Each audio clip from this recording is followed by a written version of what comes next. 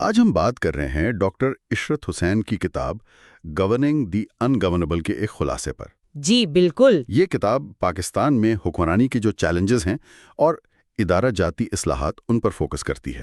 ہاں، اور یہ یاد رکھنا اہم ہے کہ ہماری گفتگو کتاب کے ایک خلاصے پر مبنی ہے۔ بالکل، تو مقصد یہ ہے کہ ڈاکٹر حسین کے مطابق پاکستان میں یہ مؤثر حکمرانی کے بنیادی مسائل آخر ہیں کیا اور کیا حل تجویز کیے گئے ہیں؟ جی تو پہلا سوال یہی ذہن میں آتا ہے، مصنف کے نزدیک پاکستان پر حکمرانی کرنا اتنا مشکل کیوں ہے آخر؟ دیکھیں، خلاصے کا جو مرکزی نقطہ ہے نا، وہ بڑا واضح ہے۔ ڈاکٹر حسین کہتے ہیں کہ پاکستان کا اصل بحران وہ معاشی بحران سے زیادہ حکمرانی یعنی گورننس کا ہے۔ اچھا، معیشت سے بھی زیادہ بڑا مسئلہ؟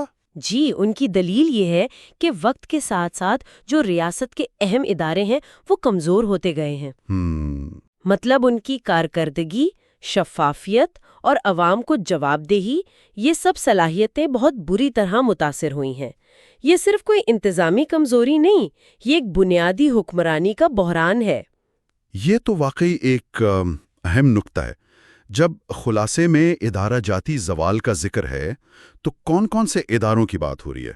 مطلب کیا یہ چند ایک ہیں یا ایک وسیع مسئلہ ہے؟ نہیں، یہ ایک وسیع مسئلہ ہے۔ مصنف خاص طور پر سول سروس کا ذکر کرتے ہیں۔ عدلیہ ہے، پولیس، مقامی حکومتیں، یہاں تک کہ ٹیکس وصولی کا نظام، ان سب کا ذکر ہے۔ اور ان کے زوال کی وجوہات بھی، وہ بھی کافی گہری ہیں اور آپس میں جڑی ہوئی ہیں۔ جیسے کہ کیا وجوہات بتائی ہیں؟ جیسے سیاسی مداخلت جو فیصلوں پر اثر انداز ہوتی ہے، میرٹ اور اہلیت کے اصول ان کو نظر انداز کرنا، جی، بدعنوانی کا پھیلاؤ، اور سب سے بڑھ کر احتساب کا کوئی مؤثر نظام نہ ہونا۔ صحیح۔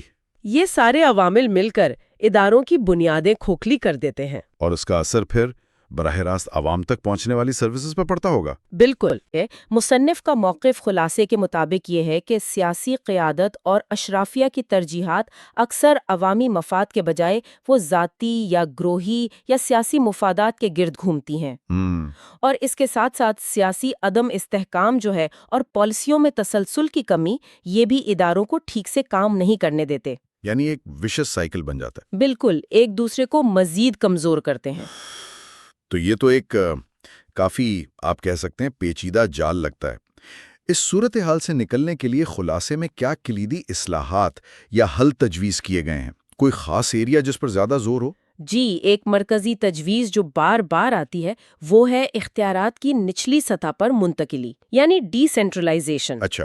اور مقامی حکومتوں کو حقیقی معنوں میں بااختیار بنانا، انہیں وسائل دینا۔ اس کی کیا اہمیت بتائی گئی ہے؟ دیکھیے، سوچ یہ ہے کہ مقامی مسائل کا بہترین حل مقامی سطح پر ہی ممکن ہے۔ اس سے نہ صرف وسائل بہتر تقسیم ہوں گے بلکہ عوام بھی فیصلہ سازی میں شامل ہوں گے۔ جی، جو جمہوریت کے لیے بھی اہم ہے۔ بالکل، اور بہتر حکمرانی کے لیے بھی۔ یہ عوام اور ریاست کے درمیان تعلق کو مضبوط کرنے کا ایک طریقہ سمجھا جاتا ہے۔ مقامی حکومتوں کو بااختیار بنانا، یہ تو یقیناً اہم ہے۔ کیا اس کے علاوہ جیسے سول سروس ہے، عدلیہ ہے، ان کے حوالے سے بھی کوئی ٹھوس تجویز ہیں؟ ہاں بالکل ہے۔ خلاصے میں دیگر کئی اہم شعبوں کا بھی احاطہ کیا گیا ہے۔ سول سروس کے لیے کہا گیا ہے کہ اسے غیر سیاسی بنایا جائے، بھرتیاں، ترقیاں سختی سے میرٹ پر ہوں۔ ٹھیک۔ سرکاری ملازمین کی ٹریننگ، ان کی استعداد کار بڑھانے پر زور ہے۔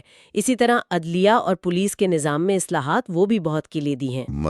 مثلاً مقدمات کے فیصلوں میں جو تاخیر ہوتی ہے اسے کم کیا جائے، بدعنوانی ختم کرنے کے اقدامات ہوں، اور ان اداروں کو ہر قسم کے دباؤ، خاص طور پر سیاسی اثر و رسوخ سے آزاد کیا جائے۔ اور مصنف یہ بھی جوڑتے ہیں کہ معاشی استحکام اور ترقی، اس کا راستہ بھی مؤثر حکمرانی اور مضبوط اداروں سے ہی گزرتا ہے۔ تو یہ سب الگ الگ نہیں ہے؟ نہیں، بالکل نہیں۔ یہ سب اصلاحات آپس میں جڑی ہوئی ہیں۔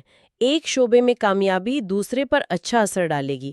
تو خلاصہ کلام یہ ہوا کہ ڈاکٹر حسین کے کام کا جو خلاصہ ہے وہ ہمیں بتا رہا ہے کہ پاکستان کو جو چیلنجز درپیش ہیں ان کے لیے کوئی اوپری یا سطحی اقدامات کافی نہیں ہوں گے۔ جی بالکل۔ ایک جامع، گہری اور کثیر الجہتی ادارہ جاتی اصلاحات کی ضرورت ہے۔ مطلب اوپر سے نیچے تک، قیادت سے لے کر مقامی سطح تک۔ ہاں، اور شفافیت، احتساب اور میرٹ، یہ وہ بنیادی اصول ہیں جن پر مصنف بار بار زور دیتے نظر آتے ہیں۔ آپ نے بالکل ٹھیک کہا۔ ڈاکٹر حسین کے کام کا لب لباب یہی ہے کہ پاکستان میں اگر پائیدار ترقی چاہیے، معاشی خوشحالی، مستحکم جمہوریت، تو اس کی منزل صرف اسی صورت میں ملے گی جب حکمرانی کے ان بنیادی مسائل کو سنجیدگی سے حل کیا جائے اور ریاستی اداروں کو حقیقی معنوں میں مضبوط، فعال اور عوام کو جوابدہ بنایا جائے۔ یہ تجزیہ بہت بہت اہم ہے۔ خلاصہ یہ تو واضح کر دیتا ہے کہ کیا کرنے کی ضرورت ہے، لیکن ایک سوال جو ذہن میں رہ جاتا ہے وہ یہ کہ اتنی گہری اور بنیادی اصلاحات کے لیے جو ایک مضبوط اور پائیدار سیاسی عزم درکار ہے، وہ موجودہ حالات میں کیسے پیدا کیا جائے اور اسے برقرار کیسے رکھا جائے؟ جی، یہ ایک بہت بڑا عملی چیلنج ہے۔ شاید اس پر مزید غور و فکر کی ضرورت ہے۔